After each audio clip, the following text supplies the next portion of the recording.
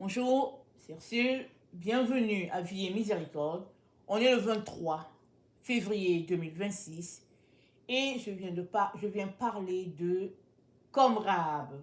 Amen. Notre texte se trouve dans Josué. Alors, je vous encourage à lire le chapitre 2 et aussi, de toutes les manières, le livre de Josué, il est très facile à lire, il n'est pas long et il est très agréable et je vous encourage à le lire.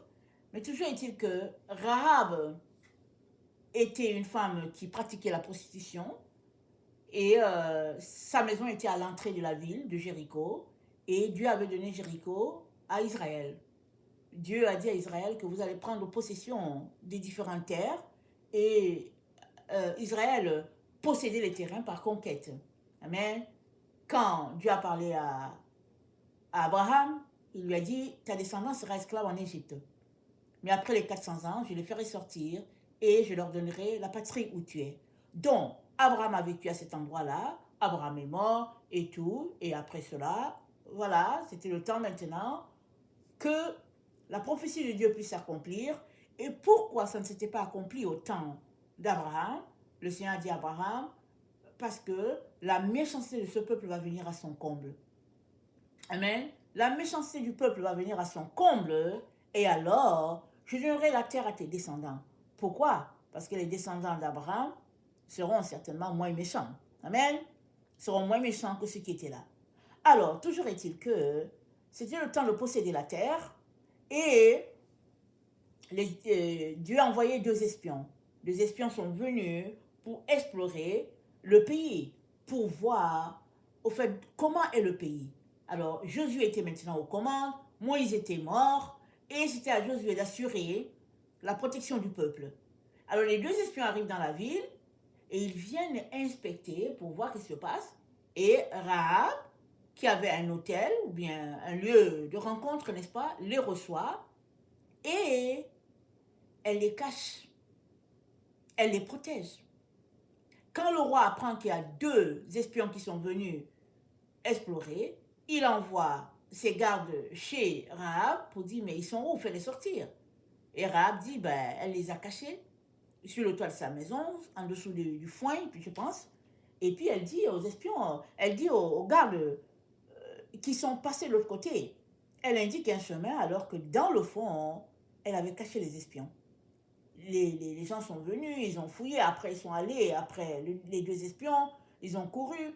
Et quand tout était sécure, elle a fait sortir les deux espions, elle leur a dit, voilà, sauvez-moi, sauvez ma vie et celle de ma famille, parce que j'ai été bonne envers vous. Je vous ai protégé, je vous ai gardé afin que le roi ne mette pas la main sur vous. Et ils lui ont donné un signe, un code, ils ont dit, prends cette étoffe rouge-là, mets une étoffe rouge. Alors, quand nous allons venir pour posséder le pays, si à ta fenêtre il y a cette étoffe rouge, tu seras quitte. On te sauvera, toi et ta famille. Mais si en arrivant, il n'y a pas d'étoffe, alors ton sang va tomber sur toi, ce ne sera pas notre faute. Alors, tout cela pour dire que Rahab a entendu parler du peuple de Dieu. Elle a entendu parler des exploits de l'Éternel par un petit peuple. Et elle a dit aux espions, elle a dit, la peur a envahi tout le monde. Tout le monde a peur ici. Parce que on a entendu ce que vous avez fait à Og et puis aux autres rois. Tous les rois que vous avez dévoués par interdit, toutes les villes, on a entendu parler et puis on a peur. Alors les espions lui ont dit, on va te garder. On va prendre soin de toi, tout comme tu nous as gardés. On va veiller à ta sécurité pour que la mort ne t'atteigne pas. Alors, qui est Rahab? Rahab était une femme non israélite. C'était une étrangère comparée à Israël. Mais elle a entendu parler de ce Dieu-là. Elle a dit, sauvez-moi. Elle a décidé de mettre sa vie entre les mains de ce Dieu-là. Et elle savait que si, aux alentours, le roi savait, on pourrait l'exécuter, elle et toute sa famille. Elle pouvait être exécutée, traitée de traître. Mais qu'est-ce qu'elle a fait? Ayant reçu la connaissance de ce Dieu-là, elle a désiré être sous son chapiteau, être sous sa protection. Et elle a été protégée. Elle a été protégée. Elle et sa famille, ils ont été tous été sauvés alors que Jéricho tombait sous les mains des Israélites. Alors, si Dieu, du temps de l'Ancien Testament, un Dieu de rigueur, un Dieu qui marchait selon la loi, si ce Dieu-là a pu sauver une femme qui n'était pas israélite, qui est venue demandant du secours, combien ce Dieu-là veut te sauver dans ce temps où nous nous trouvons, dans ce temps de grâce où nous sommes, Dieu veut te sauver. Pourquoi? Parce que tu es fait à son image, il t'aime et il aimerait se révéler à toi. Maintenant, il ne peut pas te forcer. À toi de décider de marcher, amen, avec lui, comme a décidé de faire Rahab. Rahab s'est engagée non pas seulement pour elle, mais pour toute sa famille. Elle s'est engagée pour assurer leur salut alors qu'elle-même, elle ne l'avait pas. Mais elle a cru que ce Dieu-là, qui a dévoué les autres villes pas interdites, c'est un Dieu qui était assez puissant pour que Jéricho puisse tomber et qu'elle puisse être sauvée, elle puisse être gardée.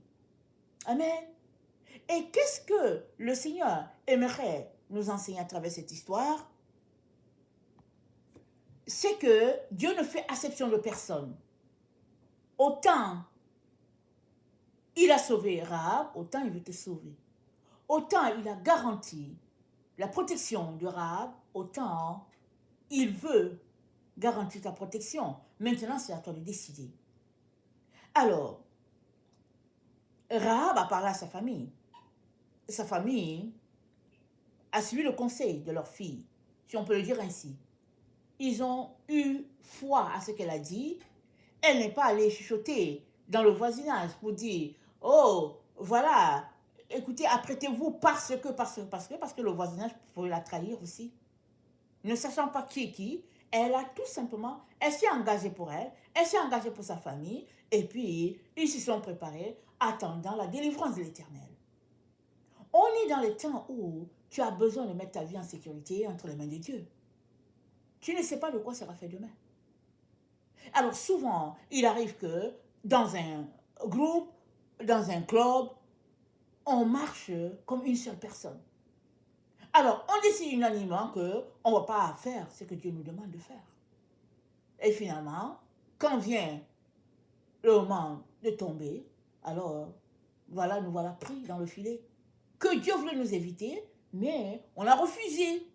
On a refusé parce que on est là, on essaye de penser, de réfléchir, de savoir qu'est-ce qui a lieu.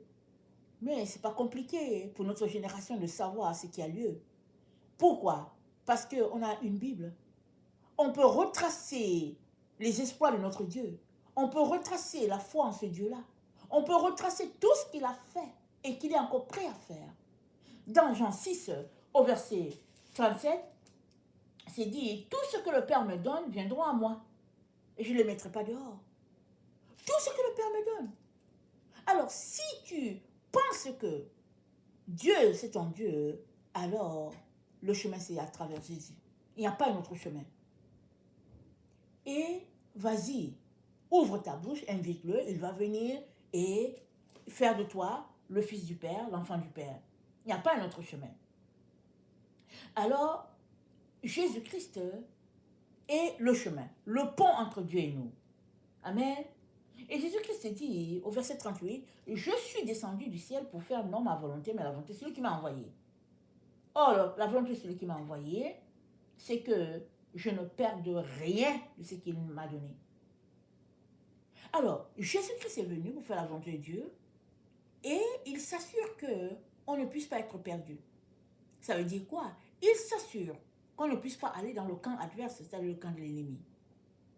Et si tu te réclames de lui, alors voici l'occasion de croire en lui. S'il a été capable de sauver une femme, vraiment, qui n'a rien de Dieu, dans le sens qu'elle ne connaît pas ce Dieu-là, et puis elle a crié, Dieu l'a sauvé, combien de fois il veut te sauver? Toi qui t'es détourné de lui, toi qui es né dans une famille qui connaît Dieu, toi qui as professé le Dieu peut-être depuis le sein maternel, qu'est-ce que j'en sais? Il est donc important que nous puissions décider de marcher à la suite de ce Dieu-là. Il n'a pas changé. Le même Dieu qui a sauvé Rahab, c'est le même Dieu qui veut nous sauver aujourd'hui encore et encore, pourvu que nous puissions croire en lui. Mais si nous refusons, c'est notre choix aussi. Maintenant, à nous de savoir sur qui nous allons compter. Parce qu'il y a des gens qui disent, ok, on va voir, quand les choses seront difficiles, je vais donner ma vie à Jésus. Beaucoup de gens ont pensé comme ça. Mais malheureusement, il arrive souvent que quand les temps sont difficiles, on se retrouve dans un état de faiblesse. Souvent dans un état inconscient, où on n'est même pas capable d'ouvrir la bouche pour dire, Seigneur, sauve-moi. Parce que, voilà, c'est les derniers moments de notre vie. On ne prévoit rien de désastreux ou pas, mais c'est tout simplement que Dieu est amour, Dieu est bonté. Ce qu'il a fait dans le passé, il le fait encore aujourd'hui. On a des exemples devant nous qui nous prouvent son grand amour. Maintenant, à nous de nous accorder à lui pour être bénéficiaires de ce grand amour-là. Que le Seigneur bénisse sa parole et que nous décidions de marcher sur la voie de la sagesse. La voie de la sagesse, elle est différente de la voie de notre sagesse sur cette terre. La voie de la sagesse, elle laisse de côté le raisonnement humain. C'est, on prend la sagesse de Dieu et on marche dessus en nous appuyant sur lui et sur lui seul. Amen. Que le Seigneur bénisse sa parole. Amen. Et alléluia.